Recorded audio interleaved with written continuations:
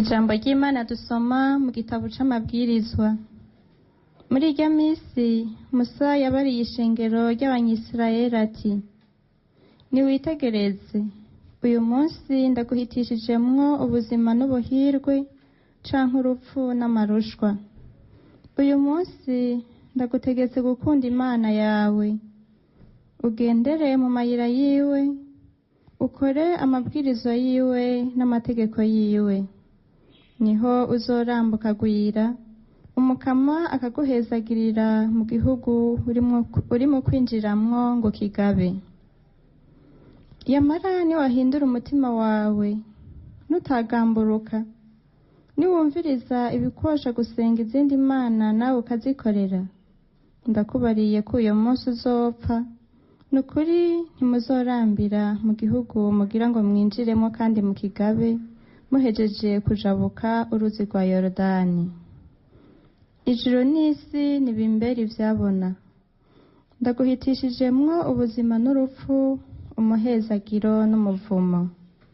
Tora rero ubuzima kugira ngo urambe, wewe n'abuzukuruza bawe, niwakunda umukama ukagamburuka ijwi ryiwe ntumuhemukire. Ngiryo isoko ry'ubuzima bwawe, nukwama mu gihugu Imana yarahiye ko izoha Iburahimu, Izahaki na Yakobo be n'abuzukuruza babo. Ijambo ry'Imana. Hahiriwe umuntu yizigiye umukama. Hahiriwe umuntu yizigiye umukama. Hahiriwe umuntu ataja ku mohe y'abahemu, kandi adahagarara mu nzira y'ibimangare, ntiyicare mu gihari c'abacokoranyi, ariko agahimbarwa n'amabwirizo y'umukama, akama yazirikana uko bukeye uko bwije. Hahiriwe umuntu yizigiye umukama. Asa n'igiti catewe mu kinyotera, hageze cama ivyamwa bihimbaye, amashami yaco ntiyigera ahundagara, ivyo akora vyose vyama biroranye. Hahiriwe umuntu yizigiye umukama. Abahemu bo suko haba namba, eka bameze nk'umuguruka utumukanwa n'umuyaga, kuko inzira y'aberanda izwi n'umukama, nayo inzira y'abononyi yo ijana mu gaheza. Hahiriwe umuntu yizigiye umukama.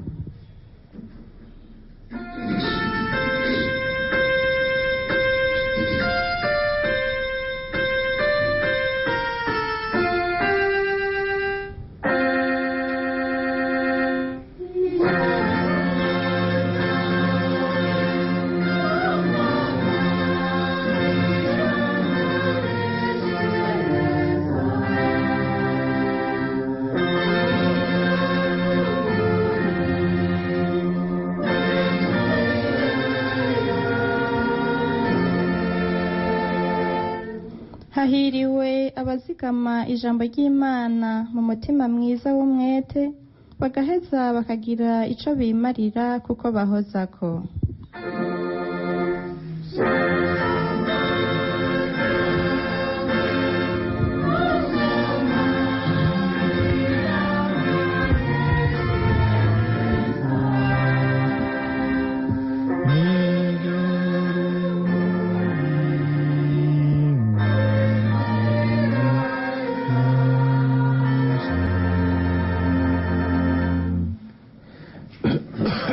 Nimuhorane umukama.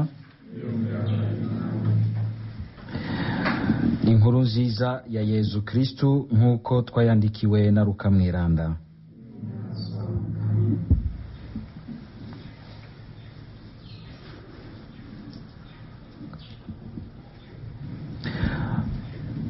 Muri rya misi Yezu yabariye abigishwa biwe ati: umwana w'umuntu abwirizwa kubabara menshi, acibwe n'abashingantahe n'abakuru b'abasaseredoti n'abigisha, yicwe, hanyuma azazuke hashize iminsi 3.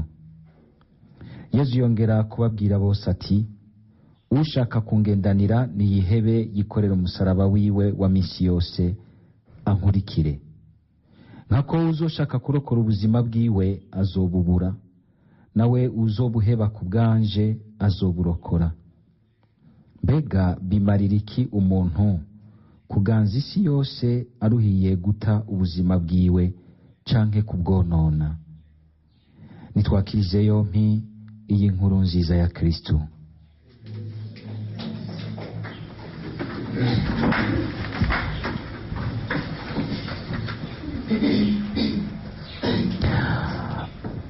Bavukanye mu buzima bw'umuntu, umuntu yitonze akabwihweza neza, wamusanga umenga kwamara uguhitamwo. Muri ngaha kuko mwahisemwo kuza hano, ibindi murabishira ku ruhande. Umukama uyu munsi akagira ati hitamwo neza, uhitemwo ikigufasha kuragama mu buhigwe ndiko ndakwinjizamwo. Ubwa mbere kugira ngo ubwinjiremwo kandi ubugumemwo. Uguhitamwo ikintu kidushikana mu bintu bibiri kenshi mbona uyu munsi bigaruka mu buzima bw'abantu bashira imbere mu byo guteza imbere ubuzima bwabo. Ibi bintu bibiri bita mu gifaransa la stabilité et la durabilité. La stabilité et la durabilité. Twese twama dushaka yuko ubuzima bwacu buba stable, ubuzima bwacu nyene bushika bukumva ko buri iwabwo, atakibunyiganyiza, atakibutera ubwoba, atakibuhungabanya. Naha hose ubona twese umenga abatari bake harimwo akagwara kuko umwe wese agira ati ndonke ahomba nitirigwe nduza akazu na jewe. Ntihagire umuntu yama ariko aranyiruka ko ukwezi guheze ambaza amafaranga y'inzu ye, ejo nama ndiko ndimuka mva hanimukira ahandi, ukamenga umuntu ntatekaniwe, ntagumye hamwe, ntiyumva ko yashitsiwe. Ariko kandi umuntu akagira ati ego nuko guhoraho. Rero twese tugwana tugira tuti tuziga mu buzima gushika naho umuntu iyo ariko arasambagirika ubona yuko umenga yagomba kuguma ngaha, ariko ubuzima bukagira buti harageze kujabuka mu bundi buzima. Sugupfa ahubwo no kujabuka mu bundi buzima. Umuntu rero akajabukira mu buzima bwiza igihe yagiye arimenyereza guhitamwo neza, ariko kandi agashobora no kujabukira habi mu rupfu rero rwa kabiri, rumwe twita mu mvugo ndoramana urupfu rwa kabiri, kuko yagiye arahitamwo ahajana ngaho. Uru rugendo abanyisirayeli bagize imyaka 40, murazi ko ari n'ishushanyo y'iyi misi 40 tubamwo y'ikarema. Umukama akadutumirira kuba muri iyi karema 2019 ukundi gushasha kuraba ingene duhitamwo. Mbega duhitamwo twisunga iki? Quels sont nos critères de choix? Quelles sont les valeurs qui inspirent nos choix? Nibiki dushingirako mu guhitamwo iki canke kiriya? Bivuga yuko kugira ngo uhitemwo neza urakeneye kugaburira ubwenge bwawe bugufasha guhitamwo n'umuzirikanyi wawe ibintu vyiza birimwo umuco mwiza. Umuntu wese yamahumeka ico yariye. Umuntu yariye ibiharage ntatura umufuke umwe n'uwanyoye inzoga, kuko si bimwe yibitsemwo. Ni igiki none nibikamwo gituma sanga mu guhitamwo mpengamiraha canke nkahengamiraha? Mukama akagira ati rero uyu munsi hitamwo ubuzima, hitamwo ufatiye kuri ya majambo Imana mwama muyaga. Igihe rero cikarema uru rugendo rw'imisi 40 ni igihe cyo kumenyereza kumviriza Imana mukungene duhitamwo. Hari igihe usanga umenga duhitamwo nk'abahurudutse, kandi ugiye kuraba ubuzima bw'uyu munsi usanga bwose umenga buriko buriruka bugeze nko kidesi ca 4, ugasanga nta mwanya uronka wo kugaruka gatonya muri wewe mu ngoro y'Imana, muri wewe mu gasengero k'umutima wawe, hamwe imvugo yo ngaho hanze hita kandi la conscience. Ugasanga nturonka umwanya wo guhitamwo, ubuzima buguma bwiruka buhereza ubundi, ibikurondera ni byinshi, ibiguca mu maso ni byinshi, ibikoresho ukuna kuriya ni byinshi, ugasanga ntukiri umuntu ari mu mwidegembyo. Umuntu akibaza ngo ari libre, afise liberté, ariko yaramaze guta uwo mwidegembyo. Ni ibintu bimwirukamwo bimukoresha. Si we ashobora guhagarara akavuga ati ubu ndumva neza icyo nshaka ni iki. Uguhitamwo kwiza rero ni ukubanza gusubira inyuma gato ukibaza uti mbe nshaka iki, nshaka gushika kuki, nshaka gushika he, none aho hantu kugira ngo ndahashike nzofata inzira iyihe, kuko inzira zose ntizijana mu gihugu cy'uburuhukiro, ntizijana aho Imana iriko iragutegurira. Hariho izihusha, ariko ntusho kubona yuko uri kurahusha inzira. Kenshi abatari bake ukaza gusanga yashitse ahantu atabonye neza yuko yari ko araja aho hantu, kuko atari uko atohabona, mugabo kuko atihaye umwanya wo kuhabona. Umwanya wo kuhabona ni umwanya wo kumviriza Imana. Ntuzoshobora gushika heza muri uru rugendo rw'ubu buzima turimo utagiye urimenyereza kumviriza Imana. Igihe cy'ikarema ni igihe cyo gusaba iyo nema yo kumenya kumviriza Imana muri twebwe, kandi iyo tubishatse birakunda. Akenshi uyu munsi kubera nugira nti n'iyi mico tubamwo, imico ituma umwanya wose twizana hanze, twivuga, twipibiriya, twishira kuri profile, turondera kugira look nziza mu bandi, turondera kuvugangwa, turondera ko ego tuba presentable. Ugasanga umuntu aba hanze yiwe gusumbya uko aba mu ngoro yiwe. Ikarema ni igihe cyo kugira ngo ivyo vyose usanga uyu munsi bidushuhura kuba hanze yacu ntibitunigire hanze, kandi twari dufise inkomezi nyinshi mu mutima wacu zodutuma tubona rero iyo turiko dushora tuja. Musa akabwira igihugu c'Imana ati uyu munsi ijuru n'isi nibimbere byabona. Iyi mvugo Mukama akunze kuyikoresha, akavuga ati fashe kwicabona ijuru n'isi, ibiti n'imisozi. Tugere Kristo. Umuntu agiye kuzirikana gose iri jambo ririmwo ukutumenyesha ukungene ibi bintu vyaremwe, ibitubamwo, iyisi tubako, ibidukikije uyu munsi twese turondera gutabara kuko twavyononye. Biranywanye gose n'ukungene Imana yaremye umuntu.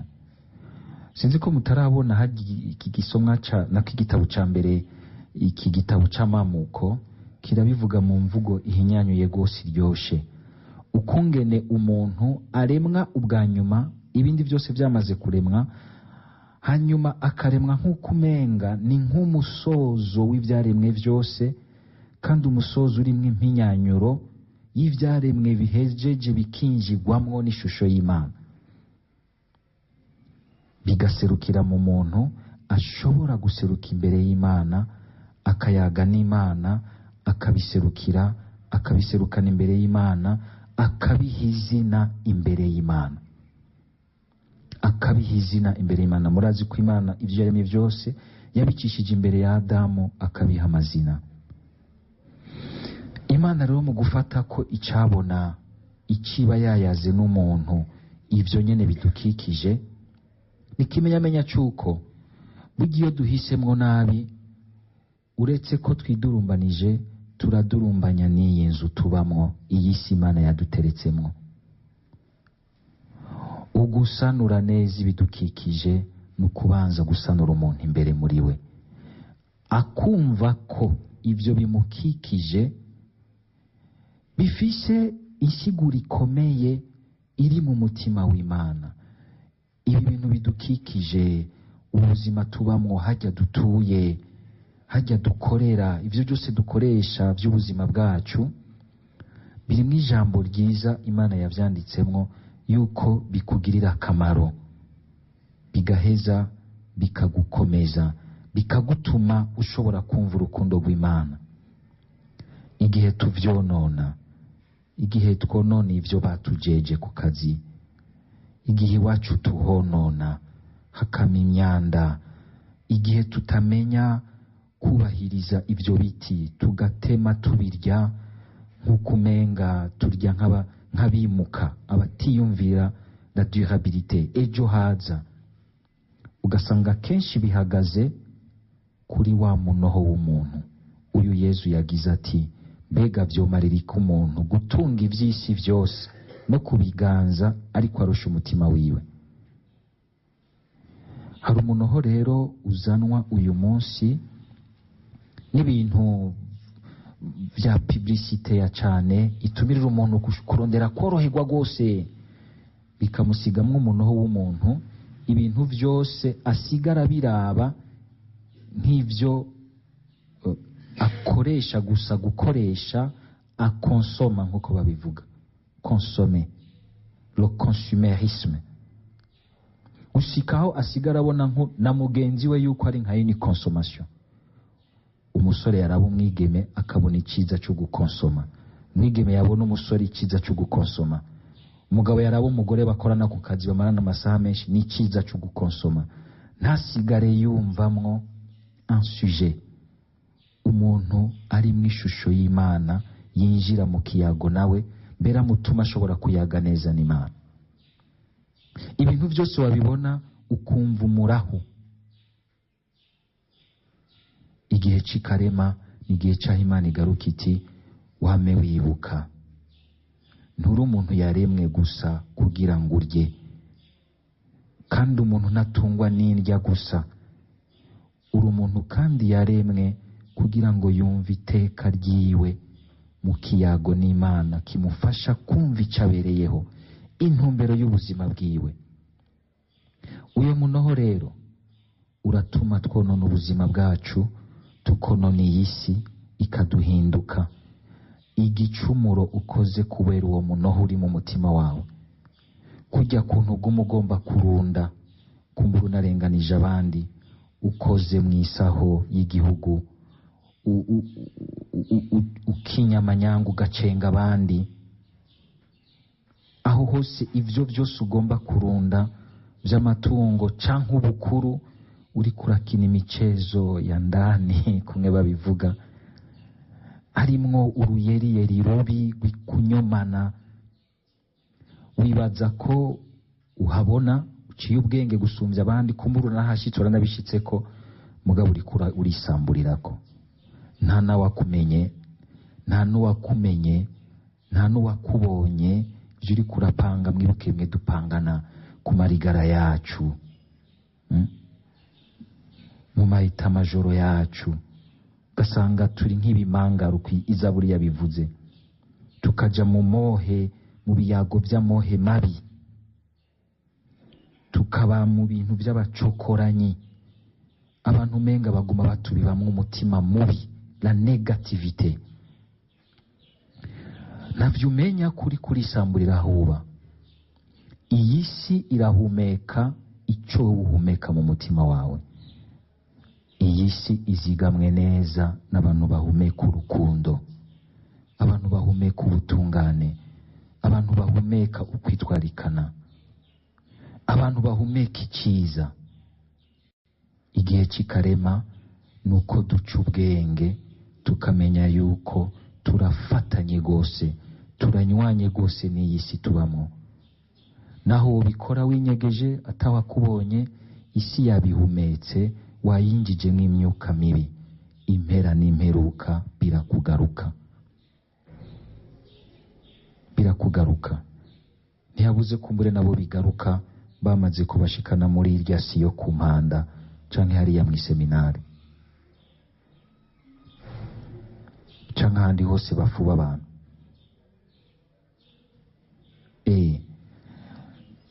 Igihe rero Umukama agira ati, hitamo neza, wiyubara inabi uko ushobora kose, nuko abagomba kugushira muri urwo runani bw'ubuzima bwinshi yaguteretsemwo, ubw'iwawe, ubw'abagenzi be bagukikuje, n'ubw'iyi si wateretswemwo.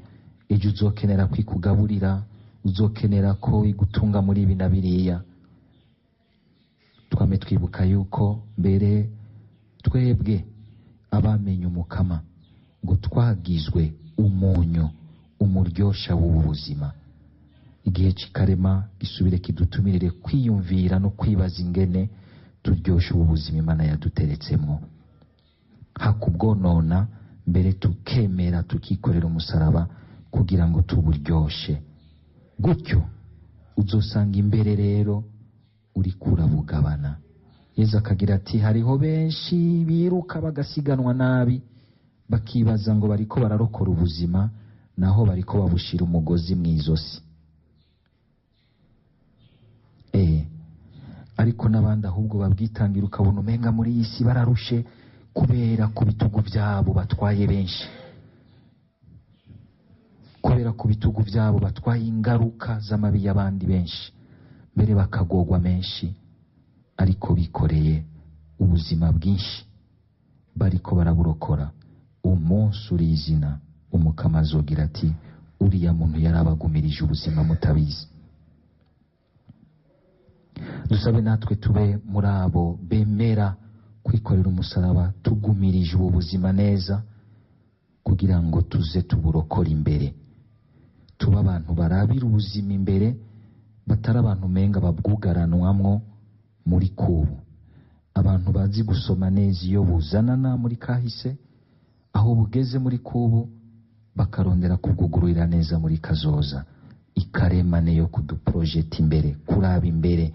Tubwo ndiko ndagenda ngana ubuzima, canke umenga nugaraniwe muri kubu, niva yanga siganwa n'ibitari byo, nkasanga ndiko ndabwica.